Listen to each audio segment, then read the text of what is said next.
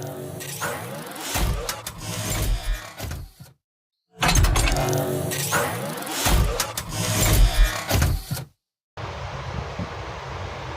magandang araw mga ka-DIY.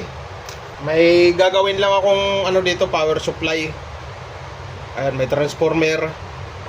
Tapos mayroon akong diode dito. Ayan. May diode ako. Ano tong diode? 5A05. Ayan, apat. Bali, apat yung gagamitin ko para full wave. Full wave yung magiging niya. Connection ng diode, full wave. Tapos ito, may dalawa akong capacitor.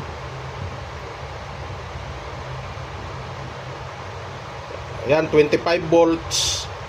Tapos 5,600 microfarad bawat isa. Yan, dalawa yung gagamitin ko mga ka-DIY. Tapos dito ko ilalagay sa ito yung lumang power supply ko, yung sirang power supply, tinanggal ko yung laman. Bali, dito ko siya ilalagay.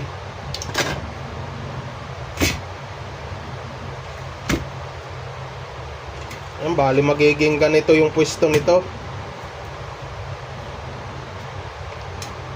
Ito pala mga ka-DIY, ginagawa ko to para dun sa coin slot,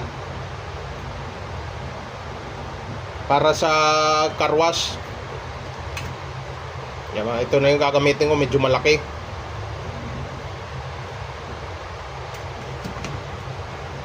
Yan, susubukan ko siya kung makabuo ako nito mga ka-DIY ha. Disclaimer lang mga ka-DIY, hindi talaga ako electronic technician. Lang to, DIY lang to. Ginagawa ko to ayon sa nalalaman ko lang, yung naiintindihan ko sa konti sa electronics. Pero hindi talaga tayo bihasa sa pagdating sa electronics. Bali, ang mangyayari nito mga ka-DIY, pag ginamitan ng diode, magkakaroon na ng polarity yung output nito. Bali, magiging AC-DC converter na to. Ngayon ito, pag sasama-samahin ko na, di na ako gagawa ng yung board. Rektahan na to para mabilis. Ayan, ganito lang naman yan. Yan, pagsamahin ko lang yung dalawang positive.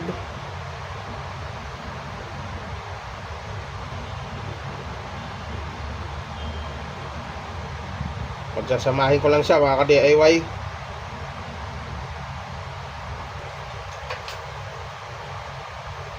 Positive, positive, negative, negative.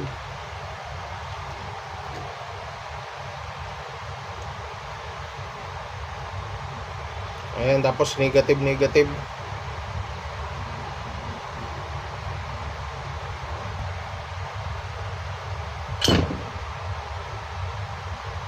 Ayan, bali ganito ng kalalabasan nito.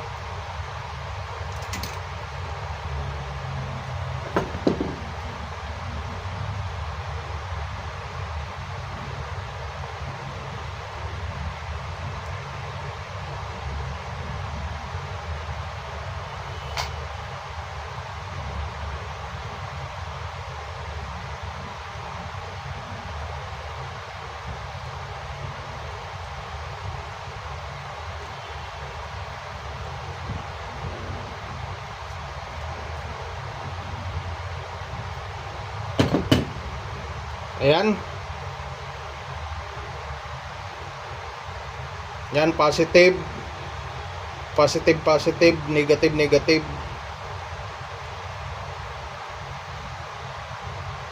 Tapos yung magiging input ng galing sa transformer dito sa may magkaibang sign.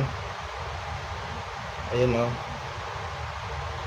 dito yung input, dito yung output. Ito yung magiging positive, dito yung magiging negative. Kaya mga ka-DIY, tapos dito ko na siya ilalagay. Para pinaka heatsink na rin to. Ayan, para heatsink na rin siya.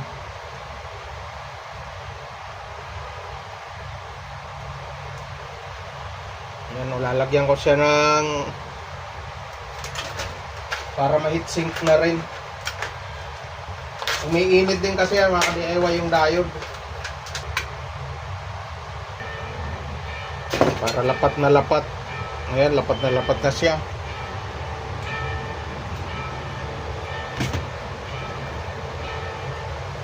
Tapos yung transformer dito ko na ilalagay. Ayan, butasan muna natin. Hindi kasi yung tornilyo.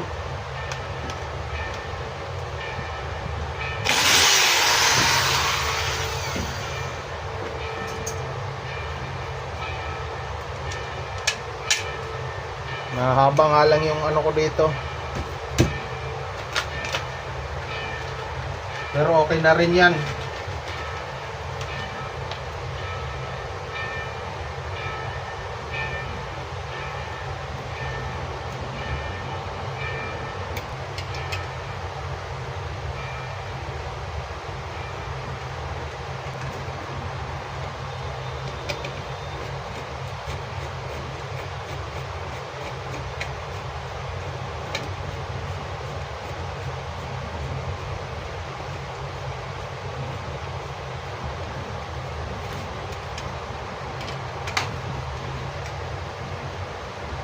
Tapos ikukunik ko na dito, ito yung magiging input ng ano. Dito yung magiging input ng 12 volts na AC dito sa dalawa. Bali ito yun, no. Ulitin ko lang. Dito siya papasok galing sa ano, yung galing sa transformer, itong dalawa.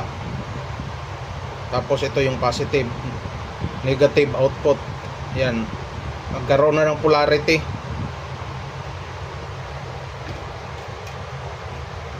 Yan, ihinang natin to dito mga ka-DIY.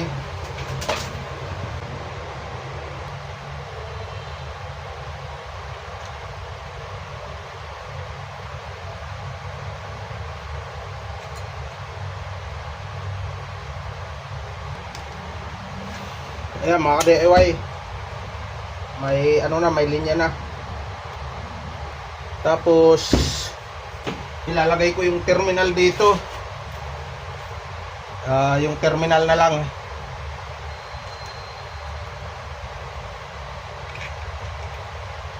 Ayan, dito yung positive. Yan, binutas ko na pala yan mga ka-DIY.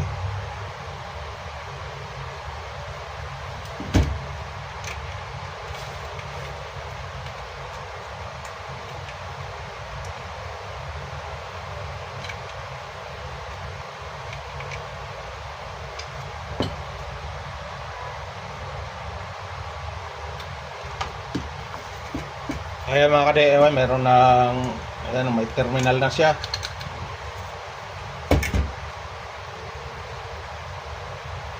Kakabit ko na lang tong capacitor.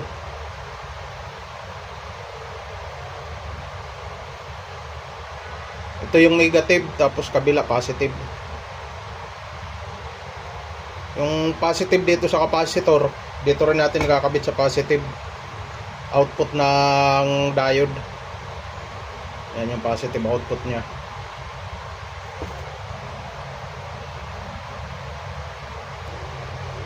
Sa kabila.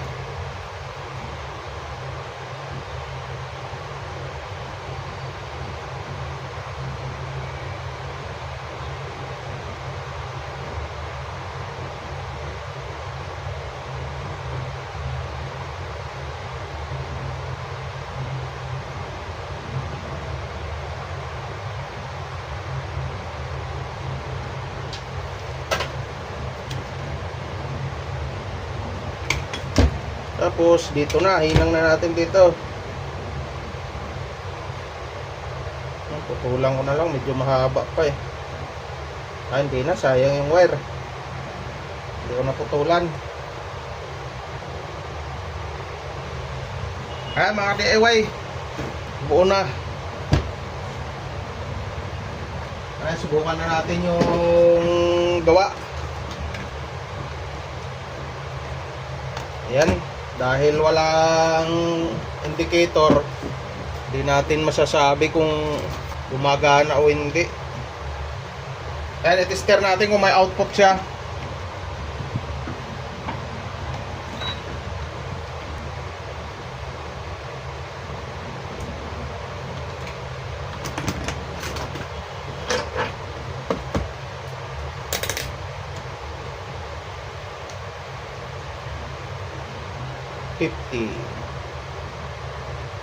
Ayan.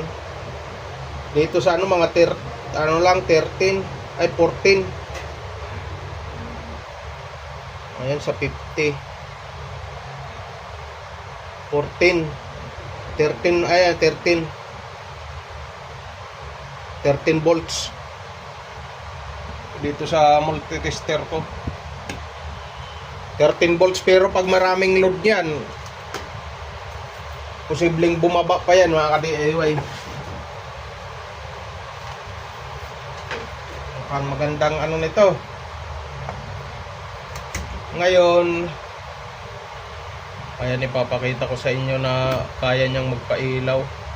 Mga ka-DIY, subok natin. Ayan o. Ayan, LED o. Yan, alam naman natin itong LED strip, 12 volts yung ano nito, supply. Ayan.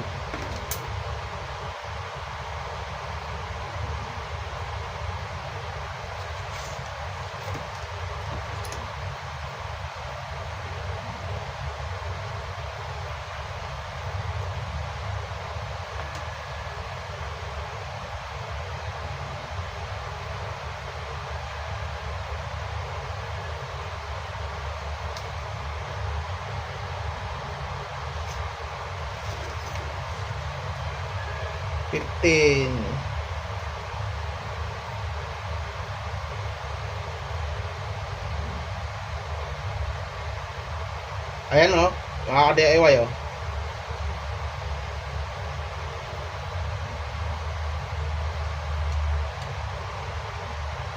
Dito sa ano niya 15 yan o. Tingnan mo, sabi ko sa inyo bababa yan pag may load. Bumababa yung voltahe. Ayan, 15 yan. Pag linagyan ko ng LED,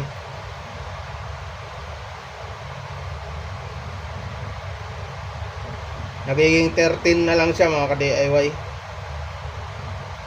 13 volts.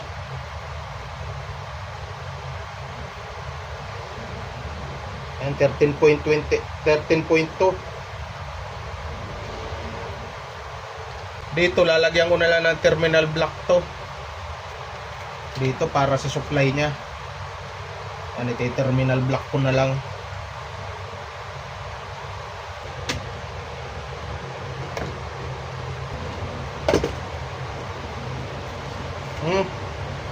Ayan na mga ka-DIY.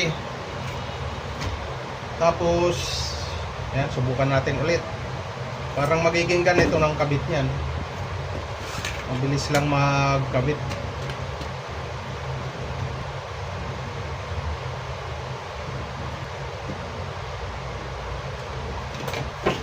Ayan, ganyan na mga ka-DIY. Bali ganyan na yung magiging connection yan. Tapos ito takip. Ayan, yung takip kasi di ko pa ano, para may takip lang siya. Ayun na nga mga ka-DIY, tatapusin ko na tong video na to dahil okay naman, working na to. Makikita nyo to mga ka-DIY pag ginamit ko dun sa ano, sa box na car wash. Makikita nyo to dun. Ito yung gagamitin ko. Ayan mga ka-DIY, bali okay na to. Nakita nyo naman gumagana na. Success yung gawa ko. Meron na akong AC/DC converter. Ayan, power supply. Makikita nyo to, mga ka-DIY. Ito yung gagamitin ko dun sa box na ginagawa ko. Yung sa ina-upgrade kong car wash na ano, coin box. Ayan, okay na yan mga ka-DIY.